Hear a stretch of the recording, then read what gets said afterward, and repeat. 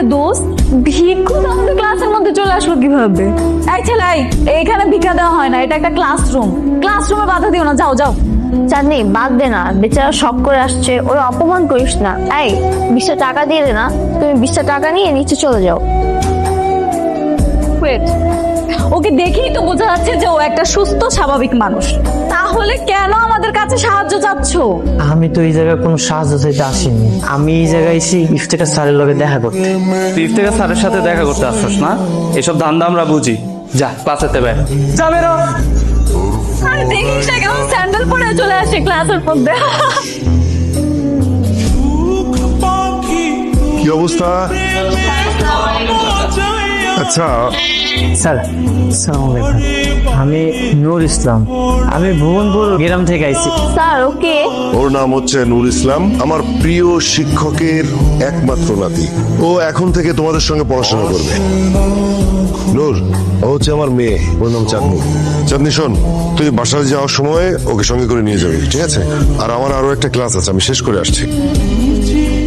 কিরে চাঁদনি, তুই না বলেছিলি তোর বাসায় খুব ব্রিলিয়েন্ট স্টুডেন্ট আসবে, তুই নাকি তার সাথে প্রেম করবি?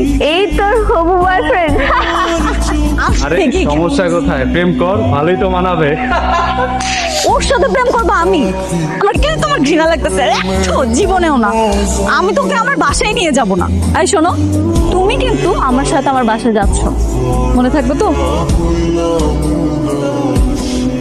বাবু পড়ালেখা করবে। ওলে বাবা, চাঁদনি, এই চাঁদনি! এত জোরে জোরে চিৎকার দিচ্ছ কেন? মানে চাঁদনি চাঁদনি বলে সারা বাড়ি মাথায় তুলে নিচ্ছ কেন? কি হয়েছে?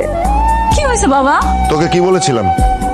বাবা, তোমাকে একটা জিনিস বুঝতে হবে, এমন একটা খ্যাত ছেলের সাথে আমি একই রিক্সা করে আসবো, এটা তো আমি কল্পনাও করতে পারতেছি না। তখন তো খুব লাফালাফি করেছিলি, নাচানাচি করেছিলি, এই করবি সেই করবি, ও এলে খুব ভালো হবে। এখন কেন পছন্দ হচ্ছে না তোমার? কিন্তু আমি কি জানতাম বাবা কোত্থেকে একটা গাইয়া ছেলেকে নিয়ে আসবে? স্টুডেন্ট হিসেবে তোমার চেয়ে ও অনেক বেশি ব্রিলিয়ান্ট, আর ওর যে যোগ্যতা আছে সেটা তুমি কোনো দিনই অর্জন করতে পারবে না। হ্যাঁ হ্যাঁ, তোমাদের যেহেতু এত ভালো লাগতেছে, তাহলে তোমরা মাথায় তুলে নাচো, আমাকে এগুলোর মধ্যে ডাকবে না। বাবা, তুমি ওর কথা কিছু মনে করো না, ওর একটু মাথা গরম তো, সবসময় অস্থির থাকে। তুমি রুলা ভাই, আমার আপু তো তোমাকে বিয়ে করার জন্য পাগল হয়ে বসে আছে, আর এটাও বলছে তুমি আসার পর থেকে যেন আমি তোমাকে দুলা ভাই বলে ডাকি। না না, তোমার ওই ডাইনিয়া পুরে বিয়ে করুন যাইব। এই, এই, কি বললা তুমি? আমি ডাইনি?